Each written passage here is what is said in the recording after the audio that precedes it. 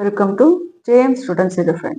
இந்த வீடியோவில் நம்ம பார்க்க போகிறது மாடல் கொஸ்டின் பேப்பரோட கண்டினியூஷன் 5 மார்க்.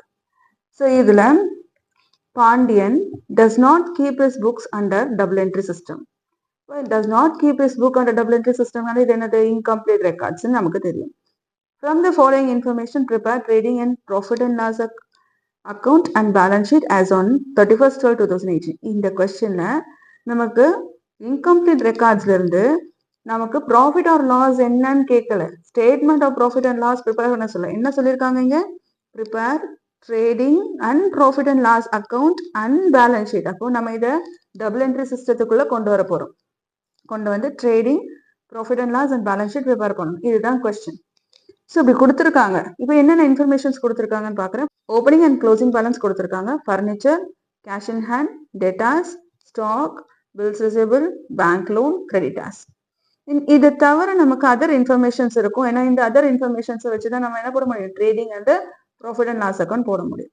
ஸோ இங்கே அதர் இன்ஃபர்மேஷன் பார்த்தோம்னா cash sales, cash purchase, carriage on purchase, commission receive, drawing, salaries, credit sale, credit purchase, carriage on sale, interest on bank loan, additional capital, office rent கொடுத்துருக்காங்க. அது தவிர adjustment என்ன கொடுத்துருக்காங்க பார்த்தா right of, depreciation of 5% on furniture, create provision of 1% debtors for doubtful debts. Okay, இந்த adjustments எல்லாமே நம்ம எதில் பண்ணுவோம்? ப்ராஃபிட் அண்ட் லாஸ் அக்கௌண்ட்ல வரும் அண்ட் பேலன்ஸ் ஷீட்ல வரும். இதுதான் நமக்கு கொடுத்துருக்க சம். ஃபைனல் அக்கௌண்ட்ஸ் எப்படி ப்ரிப்பேர் பண்ணுறதுன்னு சொல்லிட்டு நம்ம படிச்சிருக்கோம். ஸோ அதுதான் நம்ம இங்கே பண்ண போகிறோம். ஸோ இங்கே நம்ம இன்கம்ப்ளீட் ரெக்கார்ட்ஸ்ல இருந்து நம்ம ஃபைனல் அக்கௌண்ட்ஸுக்கு போகிறதுனால நமக்கு சில இன்ஃபர்மேஷன்ஸ் இங்கே தேவை. நமக்கு தேவையான இன்ஃபர்மேஷன்ஸ் இருக்கான்னு முதல்ல நம்ம பார்த்துக்கணும். என்ன முக்கியமான 3 இன்ஃபர்மேஷன் நம்மளோட இங்கே நம்ம 12th ஸ்டாண்டர்ட்ல உங்களுக்கு இந்த 3 இன்ஃபர்மேஷன் கொடுத்துருக்காங்களா நீங்கள் செக் பண்ணணும். என்ன 3 இன்ஃபர்மேஷன் கொடுத்துருக்காங்களா செக் பண்ணணும்னு சொல்லி பார்த்தோம்னா, ஒன்று ஓப்பனிங் கேபிட்டல், இன்னொன்று பர்ச்சேசஸ், இன்னொன்று சேல்ஸ். இந்த 3 இன்ஃபர்மேஷனும் இருந்தால் மட்டும்தான் நம்மளால என்ன பண்ண முடியும்? Trading profit and loss and balance ஷீட்டை போட முடியும். ஏன்னா பேலன்ஸ் ஷீட் போடுறதுக்கு ஓப்பனிங் கேபிட்டல் வேணும், ட்ரேடிங் அக்கௌண்ட் போடுறதுக்கு நமக்கு பர்ச்சேஸ் அண்ட் சேல் வேணும். இங்கே இந்த சம்மை நம்ம படிச்சதுல நம்ம கிட்ட என்ன இன்ஃபர்மேஷன் இருக்கு? கேஷ் சேல்ஸ் இருக்கு, கேஷ் பர்ச்சேஸ் இருக்கு, கிரெடிட் சேல் இருக்கு, கிரெடிட் பர்ச்சேஸ் இருக்கு. அப்போ இங்கே சேல்ஸ் அண்ட் பர்ச்சேஸ் நம்ம கிட்ட இருக்கு, ட்ரேடிங் அக்கௌண்ட் போட முடியும். 3 இன்ஃபர்மேஷன்ல இப்போ எந்த இன்ஃபர்மேஷன் மிஸ் ஆகுது? நமக்கு ஓப்பனிங் கேபிட்டல் மிஸ் ஆகுது. அப்போ அதுக்கான இன்ஃபர்மேஷன் நம்ம கண்டுபிடிக்கணும். புரியுதா? இப்போ இங்கே இந்த மாதிரி சம் கேட்கும்போது நம்ம 3 இன்ஃபர்மேஷன் இருக்கான்னு பார்க்கணும். அந்த 3 இன்ஃபர்மேஷன்ல எது மிஸ் ஆகுதோ அதுக்கான அக்கௌண்ட்டை போட்டு அதை ஃபைண்ட் அவுட் பண்ணும். சப்போஸ் நமக்கு இங்க சேல்ஸ் கொடுக்காம இருந்தாங்கன்னா நம்ம டெட்டாஸ் அக்கௌண்ட் ஓப்பன் பண்ணி சேல்ஸ் என்னன்றதை ஃபைண்ட் அவுட் பண்ணும். சப்போஸ் பர்ச்சேஸ் கொடுக்காம இருந்தாங்கன்னா கிரெடிட்டாஸ் அக்கௌண்ட் ஓப்பன் பண்ணி நம்ம பர்ச்சேசஸ் என்னன்றதை கண்டுபிடிச்சிட்டு அதுக்கப்புறம் தான் ட்ரேடிங்குள்ள வரணும். ஓகே, அப்ப இங்க இந்த சம்ல நமக்கு ஓப்பனிங் கேபிட்டலே கொடுக்கல. அப்ப நம்ம என்ன கண்டுபிடிக்கணும்? Opening capital. கேபிட்டல் கண்டுபிடிக்கிறதுக்கு நம்ம என்ன அக்கௌண்ட் ப்ரிப்பேர் பண்ணணும்? ஸ்டேட்மெண்ட் ஆஃப் அஃபேர்ஸ் நம்ம ப்ரிப்பேர் பண்ண ஓப்பனிங் கேபிட்டல் கண்டுபிடிச்சிடலாம். So opening in the books of Pandian, in the books of Pandian,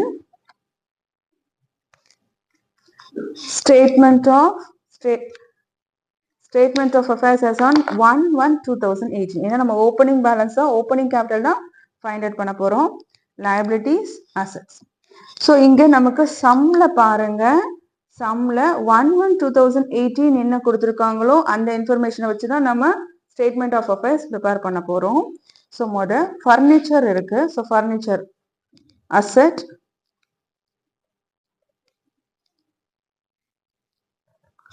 amount 30,000. Okay, அடுத்தது cash in hand asset 10,000. debtors asset 40,000. stock 28,000. bills receivable asset தான்.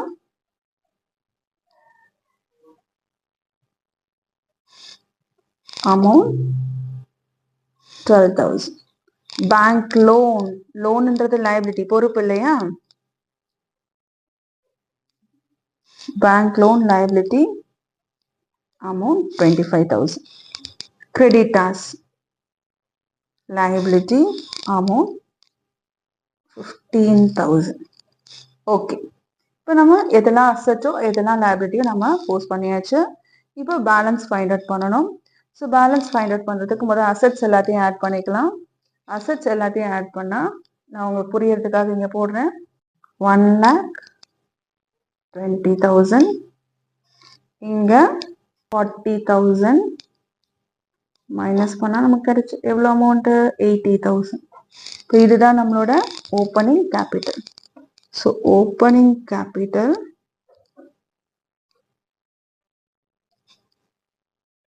$80,000. So அடுத்து total 1,20,000. the same line 1,20,000. இப்போ நமக்கு தேவையான opening capital நம்ம find out பண்ணியாச்சு. இப்போ next step 3 information. இப்போ நமக்கு 3 இன்ஃபர்மேஷனுமே இருக்கு. இப்போ அடுத்து நம்ம என்ன பண்ணலாம், trading and profit and loss account open பண்ணலாம். ஸோ நம்ம trading and profit and loss account as on 31/12/2018 particulars date amount இதெல்லாம் எழுதிருக்கும். ஸோ ட்ரேடிங்கில் ஃபர்ஸ்ட் நம்ம எழுதக்கூடிய அமௌண்ட் என்னது, ஓப்பனிங் ஸ்டாக். ஓப்பனிங் ஸ்டாக் எங்க இருக்கு, இங்க பாருங்க, இந்த பேலன்ஸ்ல ஸ்டாக் இருக்கு இல்லையா, ஸ்டாக்கோட ஓப்பனிங் பேலன்ஸ் வந்து ஓப்பனிங் ஸ்டாக், க்ளோசிங் பேலன்ஸ் வந்து க்ளோசிங் ஸ்டாக். ஓகேவா, இப்போ ஸ்டாக் இருக்கு 1/1/2018 ஓடது ஓப்பனிங் ஸ்டாக் அமௌண்ட் எவ்வளவு 28,000. ஓகே, ஓப்பனிங் ஸ்டாக் அப்புறம் நம்ம ட்ரேடிங்ல என்ன எழுதுவோம், பர்ச்சேசஸ்.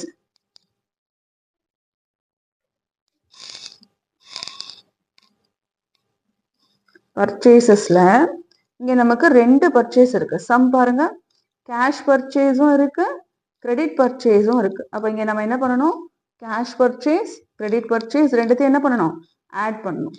ஸோ எழுதிக்கலாம்,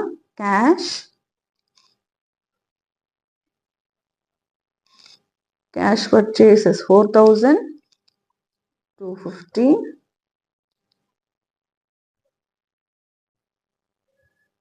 credit purchases 35,750. So 40,000 ரெண்டுத்தையும் ஆட் பண்ணோம். ஓகே, பர்ச்சேசஸ் முடிச்சதுக்கு அப்புறமா டைரக்ட் எக்ஸ்பென்சஸ் இருந்தால் அதை நம்ம டெபிட் சைடில் எழுதுவோம். ஸோ இங்கே பார்க்கலாம், இதெல்லாம் ஓப்பனிங் அண்ட் க்ளோசிங் பேலன்ஸ். இங்கே நமக்கு எக்ஸ்பென்சஸ் இருக்காது, அதர் இன்ஃபர்மேஷனில் தான் பார்க்கணும். ஸோ இங்கே எதெல்லாம் டைரக்ட் எக்ஸ்பென்சஸ் சொல்லி பார்த்தோம்னா, கேரேஜ் ஆன் பர்ச்சேஸ் அப்படின்றது நமக்கு டைரக்ட் எக்ஸ்பென்சஸ். அப்போ இப்போ எதை எடுத்துக்கணும் நம்ம, இல்லை நம்ம சம் படிக்கும் போதே அதெல்லாம் எதில் வரும்ன்றதை மார்க் பண்ணிக்கலாம். ஸோ மார்க் பண்ணிங்கன்னா இது வந்து ட்ரேடிங், பர்ச்சேஸும் ட்ரேடிங்கில் வரும், கேரேஜ் ஆன் பர்ச்சேஸும் ட்ரேடிங்கில் வரும், கமிஷன் ரிசீவ்ட் எதில் வரும், ப்ராஃபிட் அண்ட் லாஸில் வரும், ட்ராயிங்ஸ் நமக்கு பேலன்ஸ் ஷீட்டில் போகும், சேலரி நமக்கு ப்ராஃபிட் அண்ட் லாஸில் வரும், credit sale trading, credit purchase trading, carriage on sale, carriage on பர்ச்சேஸ்ன்றது ட்ரேடிங், ஏன்னா அது டைரக்ட் எக்ஸ்பென்சஸ். கேரேஜ் ஆன் சேல்ன்றது சேல்ஸ் ரிலேட்டட் எக்ஸ்பென்சஸ் எல்லாமே நமக்கு ப்ராஃபிட் அண்ட் லாஸ்ல தான் வரும். பர்ச்சேசஸ் ரிலேட்டட் எக்ஸ்பென்சஸ்லாம் ட்ரேடிங்ல வரும். ஓகேவா, அப்போ நமக்கு கேரேஜ் ஆன் பர்ச்சேஸ்ன்றது ட்ரேடிங்ல வரணும், கேரேஜ் ஆன் சேல்ஸ்ன்றது ப்ராஃபிட் அண்ட் லாஸ்ல வரணும். Interest on bank loan profit and loss, additional capital balance sheet. Okay, and office ரெண்ட்ன்றது நமக்கு எக்ஸ்பென்சஸ், அப்போ இதில் வரும் நமக்கு ப்ராஃபிட் அண்ட் லாஸ்ல வரும். Office rent, office and sales expenses எல்லாமே ப்ராஃபிட் அண்ட் லாஸ்ல தான் வரணும். பர்ச்சேஸ் ரிலேட்டட் எக்ஸ்பென்சஸ் தான் நமக்கு டைரக்ட் எக்ஸ்பென்சஸ், அதுதான் நமக்கு ட்ரேடிங்ல வரணும். ஓகே, ஸோ இப்போ நெக்ஸ்ட் நமக்கு ட்ரேடிங்ல வர வேண்டிய அமௌண்ட் என்ன இருக்கு, கேரேஜ் ஆன் பர்ச்சேஸ்.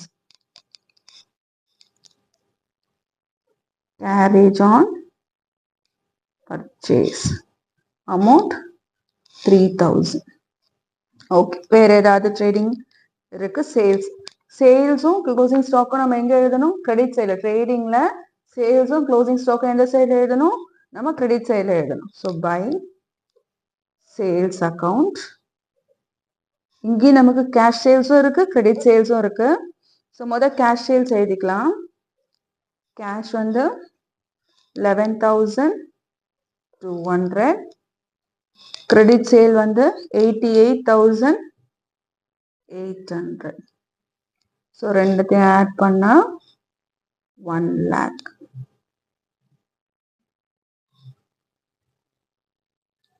நெக்ஸ்ட் நமக்கு கிரெடிட் சைட்ல ரெண்டு தான், ஒன்னு சேல், இன்னொன்னு closing stock. So by closing stock, opening stock எழுதணும். இப்போ இதுதான் நமக்கு என்னது closing stock. Closing stock amount எவ்வளவு 11,000. இப்போ ஆஸ் யூஷுவல் என்ன பண்ணணும், இவ்வளோதான் ட்ரேடிங்ல. இப்போ ஆஸ் யூஷுவல் என்ன பண்ணணும், பேலன்ஸ் பண்ணணும். ஸோ பேலன்ஸ் பண்ணா 1,11,000 கிரெடிட் சைடில் இருக்கு. டெபிட் சைடு ஆட் பண்ணால் 6871. ஸோ இங்கே ஆட் பண்ணால் நமக்கு 71,000 இருக்கு. 71,000 மைனஸ் பண்ணால் 0,000. 11ல 7 போச்சுன்னா 4. அப்போ 40,000. இந்த 40,000 நம்ம எங்கே பேலன்ஸ் பண்ண போகிறோம், இங்கே தான் பேலன்ஸ் பண்ண போகிறோம். ஸோ நமக்கு பேலன்ஸ் இங்கே இருக்குது. நமக்கு இங்கே என்ன சார் கிரெடிட் சைடில் அமௌண்ட் அதிகமாக இருக்குது, இன்கம் அதிகமாக இருக்குது. இன்கம் அதிகமாக இருக்குன்னா அது ப்ராஃபிட் தானே. கிரெடிட் சைடில் தான் அமௌண்ட் அதிகமாக இருக்குது, அப்போ அது இன்கம் அதிகமாக இருக்குன்னா அது ப்ராஃபிட். ஸோ ட்ரேடிங்ல கிடைக்கிற ப்ராஃபிட்டுக்கு என்ன பேர் நமக்கு, கிராஸ் ப்ராஃபிட். கிராஸ் ப்ராஃபிட் எவ்வளோ அமௌண்ட் நம்ம கண்டுபிடிச்சோம், 40,000 டோட்டல். ஸோ இங்கேயும் 1,11,000, 1,11,000. ஓகே, இப்போ இங்க கிராஸ் ப்ராஃபிட், இது நம்ம என்ன எழுதணும், கேரி டவுன். இந்த கிராஸ் ப்ராஃபிட்டை அடுத்து நம்ம ப்ராஃபிட் அண்ட் லாஸ்க்கு என்ன பண்ணணும், ப்ராட் டவுன் பண்ணணும். ஓகே, இப்போ இந்த கிராஸ் ப்ராஃபிட்டை நெக்ஸ்ட் என்ன பண்ண போறோம், ப்ராஃபிட் அண்ட் லாஸ். நம்ம trading and profit and loss ஒன்னா தான் போடுவோம், சரியா. ட்ரேடிங் முடிச்ச உடனே கிராஸ் ப்ராஃபிட், நம்ம ப்ராஃபிட் அண்ட் லாஸை ஸ்டார்ட் பண்ணிட வேண்டியதான். ஸோ அதுக்கு இந்த கிராஸ் ப்ராஃபிட்டை முதல்ல என்ன பண்ணணும், நம்ம ப்ராட் டவுன் பண்ணணும். So gross profit brought down amount 40,000. இப்போ ப்ராஃபிட் அண்ட் லாஸ்ல வர வேண்டிய அமௌண்ட் என்னன்னு சொல்லி பார்க்கலாம். கமிஷன் ரிசீவ்டு, கமிஷன் ரிசீவ்டுன்னு கொடுத்துருக்காங்க இல்லையா. அப்போ இது என்னது, இன்கம். இன்கம்னா எங்க எழுதணும், கிரெடிட் சைட்ல எழுதணும். ஸோ இப்போ கிரெடிட் சைட்ல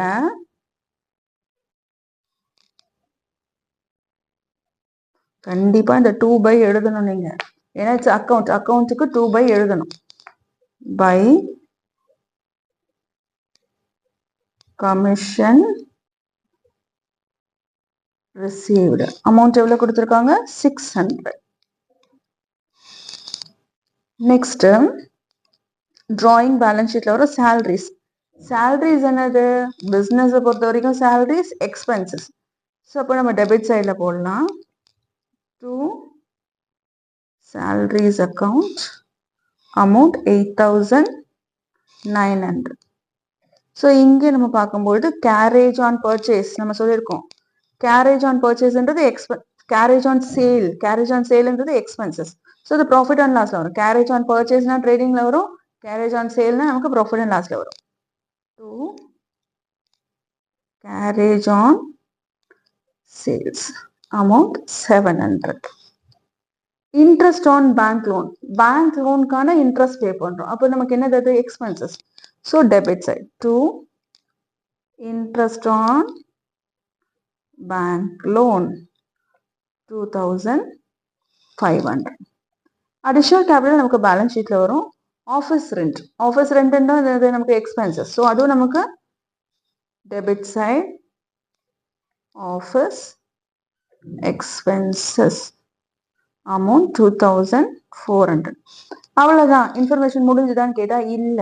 ஏன், இங்க அட்ஜஸ்ட்மெண்ட் இருக்கு. அட்ஜஸ்ட்மெண்ட்ல இருக்கிற அமௌண்ட் நமக்கு ப்ராஃபிட் அண்ட் லாஸ்லயும் வரணும், பேலன்ஸ் ஷீட்லயும் வரணும். அட்ஜஸ்ட்மெண்ட்ல கொடுத்துருக்காங்கன்னா 2 இடத்துல வரணும். ஓகேவா. ஸோ முதல்ல நீங்க என்ன கொடுத்துருக்காங்க, write off depreciation 5% on furniture. So இப்போ இது டெப்ரிசியேஷன்ன்றது நமக்கு லாஸ் இல்லையா. அப்போ ஏன்னா அசட்டோட வேல்யூ குறையுது, டெப்ரிஷியேட் ஆகுறது. அப்போ இது என்னது, நம்ம எந்த சைட்ல கொண்டு வரணும், நம்ம டெபிட் சைட்ல கொண்டு வரணும். டு டெப்ரிசியேஷன் ஃபர்னிச்சர் அமௌண்ட், ஃபர்னிச்சர்ல 5%. அப்போ ஃபர்னிச்சர் அமௌண்ட் எங்க பார்க்கணும், பேலன்ஸ் ஷீட்ல பாருங்க. ஃபர்னிச்சரோட க்ளோசிங் அமௌண்ட் பாருங்க 30,000. இந்த 30,000 எவ்வளவு பர்சன்டேஜ் கண்டுபிடிக்கணும், 5%. So 30,000 into 5/100, 0,500. So depreciation amount எவ்வளவு, 1,500. Next, இன்னொரு adjustment, create provisions 1% on debtors for doubtful debts. Doubtful debtsனா அதுவும் நமக்கு என்னது வராது, அந்த அமௌண்ட் நமக்கு வருமா வராதான்னு டவுட்ஃபுல்லா இருக்கு. ஸோ அதுவும் நமக்கு டெபிட் சைடு தான் வரும். To provision for doubtful debts. எவ்வளவு கொடுத்துருக்காங்க? 1% on debtors. அப்ப debtorsோட அமௌண்ட்ல 1%. இப்போ க்ளோசிங் டெட்டாஸ் தான் எடுத்துக்கணும். க்ளோசிங் டெட்டாஸோட அமௌண்ட் எவ்வளவு? 60,000. ஓப்பனிங் எடுத்துக்கூடாதீங்க, க்ளோசிங் தான் எடுத்துக்கணும். க்ளோசிங்கோட அமௌண்ட் எவ்வளவு? 60,000. ஸோ 60,000ல 1%ன்னு சொன்னா 600. அப்போ ப்ரொவிஷன் எவ்வளவு? 600. இப்போதான் நம்ம எல்லா எக்ஸ்பென்சஸும் முடிச்சிருக்கோம். இப்போ நம்ம பேலன்ஸ் பண்றோம். ஸோ நமக்கு கிரெடிட் சைட்ல வந்து 40,600 இருக்கு. நம்ம டெபிட் சைடு இங்க டோட்டல் பண்ணா 16,600. 0,0,0,4,2 24,000. ஸோ இங்கேயும் பேலன்ஸ் நமக்கு எங்க வருது? அதாவது நம்ம கிரெடிட் சைடு அமௌண்ட் அதிகமா இருக்கு, பேலன்ஸ் வந்து அப்ப எங்க எழுத போறோம்? நம்ம டெபிட் சைடுல எழுத போறோம்.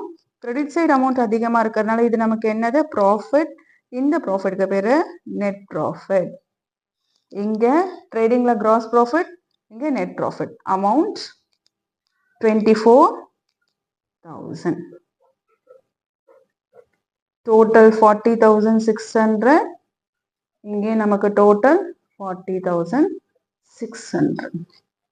P&L முடிச்சாச்சு. இன்னும் ஒரு ஸ்டெப் பாக்கி இருக்கு, பேலன்ஸ் ஷீட். கண்டிப்பா பேலன்ஸ் ஷீட் போடணும். ஸோ பேலன்ஸ் ஷீட் போடும்போது நம்ம எந்த அமௌண்ட் எடுத்துக்கணும்னா க்ளோசிங் பேலன்ஸ் அமௌண்ட் தான் எடுத்துக்கணும். பேலன்ஸ் ஷீட் போடுறதுக்கு எது எடுத்துக்கணும்? Closing balance amount. அதுக்கு முன்னாடி ஃபர்ஸ்ட் லைபிலிட்டி சைடில் நம்ம கேபிட்டலை முடிச்சிடலாம். So opening capital,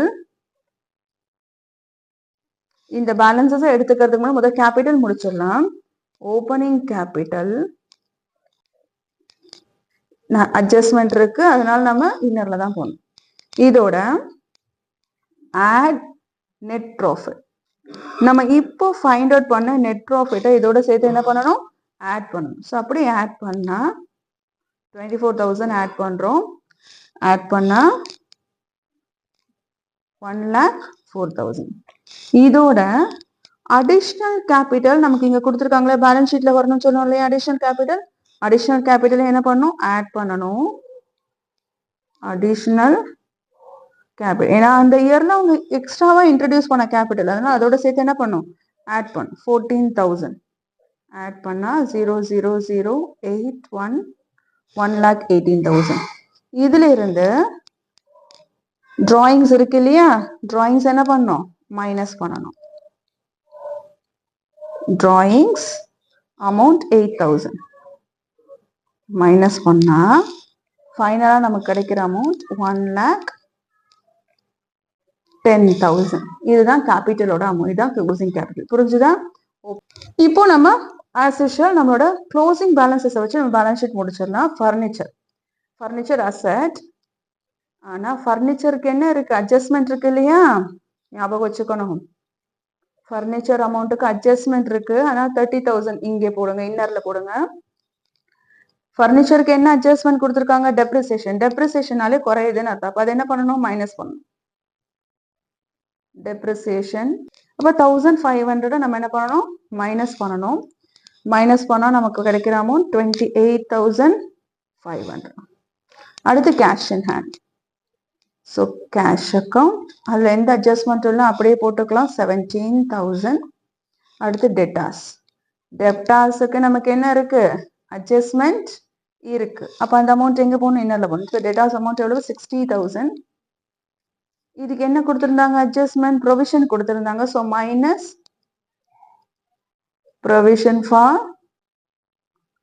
doubtful debts. So எவ்வளோ அமௌண்ட் கண்டுபிடிச்சோம்? 600. 1% தானே, அப்போ 600 மைனஸ் பண்ணா 59,400.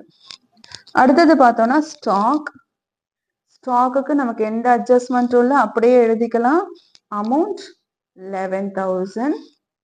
அடுத்து பில்ஸ் ரிசீவபிள், அப்படியே எழுதிக்கலாம்.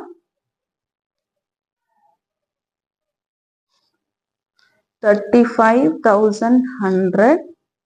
பேங்க் லோன் liability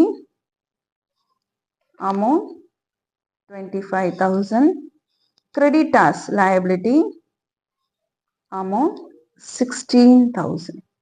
அட்ஜஸ்ட்மெண்ட்ல இருக்கிற அமௌண்ட் நம்ம பேலன்ஸ் ஷீட்ல கண்டிப்பா போட்டிருக்கோமான்றதை செக் பண்ணிக்கணும். ஓகேவா?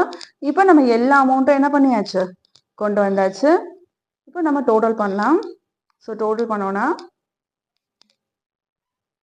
Debit assets liabilities both the sides total பண்ணலாம். டோட்டல் பண்ணா என்ன அமௌண்ட் கிடைக்குதுன்னா 1,51,000. அதே மாதிரி இங்கேயும் 1,51,000. ஸோ பேலன்ஸ் ஷீட்ல நமக்கு assets and liabilities equal amount வந்தாச்சு. ஸோ நம்ம sum correct. This is a 5 mark sum. Okay. Thank you.